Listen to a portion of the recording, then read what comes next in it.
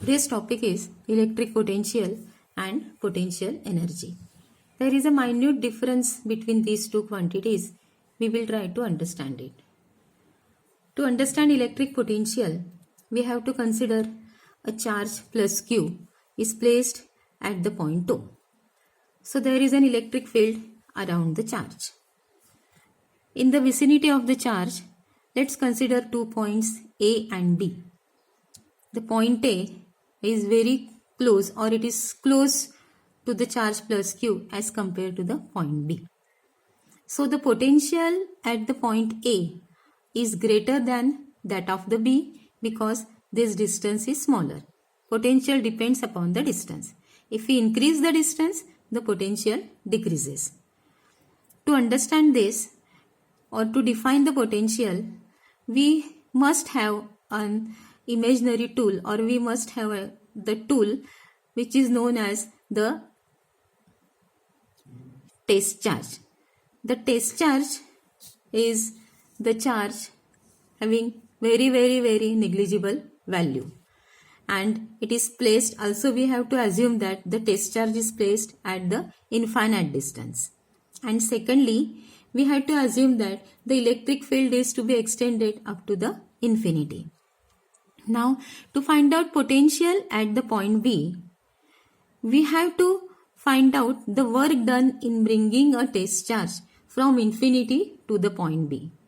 If the test charge is positive, then work has to be performed against the electrostatic force of repulsion. So to bring the test charge up to the point B, we have to perform the work.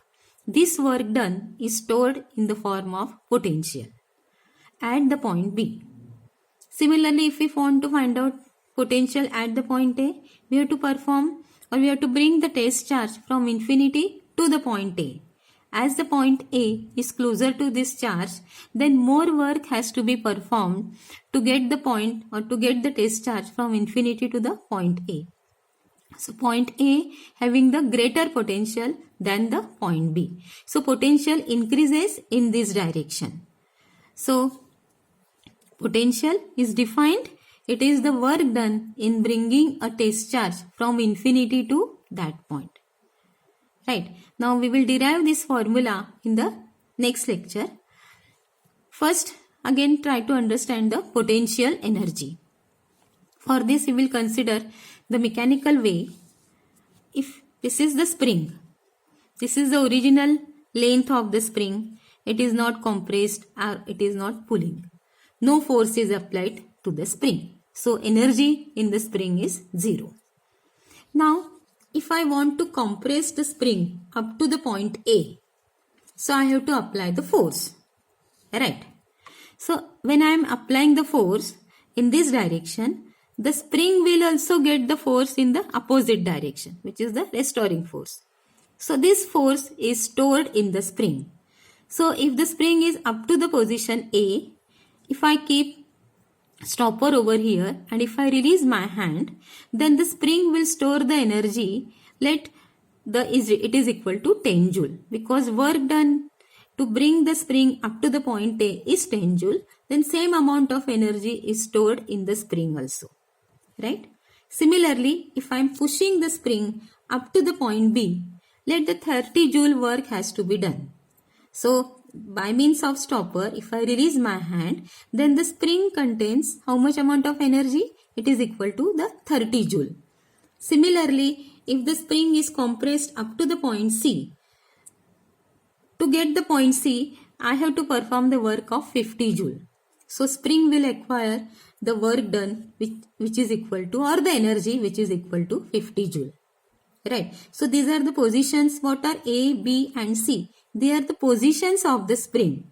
How you get the positions of the spring? By compressing the spring. If the compression is not there, if the force is not there, the spring will acquire the 0 energy, just like this. But force is there, my hand is there, I am pushing the spring. That's why I am getting, by the applying different forces, by applying the different energy up to the different point, the different points I am getting. Different amount of energy stored in the spring. Right. So if these 3 points, if I mark on this original spring, A, B and C. What are these? A, B and C. They are the information of these points. Only location of the points where the value is 10, value is 30 and value is 50. What are these values? These values are the indication of the voltage, indication of the potential. The potential at the point A is 10 volt because I have to perform the work of 10 joule here. The potential is here 30 volt because I am performing the work up to the point B equal to 30 joule and so on. So this is the voltage or the potential, and these 10 joule, 30 and 50, they are the energy. In the absence of this compression or in the absence of this force, there is no amount of energy stored in the spring. So this is potential and this is the potential energy. Same analogy we can apply on this battery also. If this is a 12 volt battery, so voltage is 12 volt. What will be the energy? For this, no energy is there because no charge is kept over here. No force is applied, no charge is kept over here. So energy will be 0.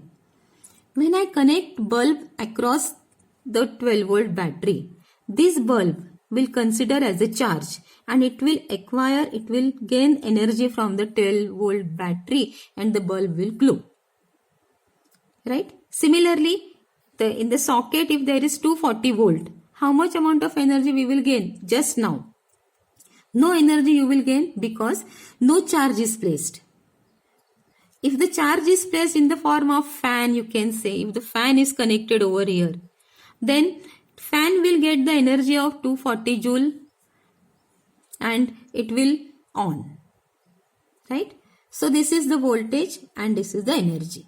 If only voltage is the information of that point, unless and until you join some electrical quantities or electrical appliances, then only they will gain energy from the supply and energy will be distributed over the circuit per unit charge. Right? Suppose you can understand this in better way also. One simple example is, if I want to open the shop, stationery shop, it is a stationery shop. I asked my friend, where should I open the shop? So he replied me, you can open the shop near the college or the school premises. So I opened the shop over there. Why? Because the maximum potential is there, maximum crowd is there. So potential near the school area is maximum. Can I get energy from it in the form of money? No. To get the energy in the form of money, I have to sit over there, I have to sell some quantities, some material, and then I will earn money in the form of the charge. So area, that point is the location, but to get the energy, you have to apply the charge. Right? If it is a 1.5 volt battery, it gives the energy of 1.5 volt, it gives the energy of 1.5 joule only if I touch my finger over here. If I touch the finger over here, then 1.5 joule energy will circulate to my body because this body is considered as a free charge. So that much amount of energy will be transferred to my body. So in this way you can understand the potential and potential energy. In next lecture we will derive the formulae for these quantities. Thank you.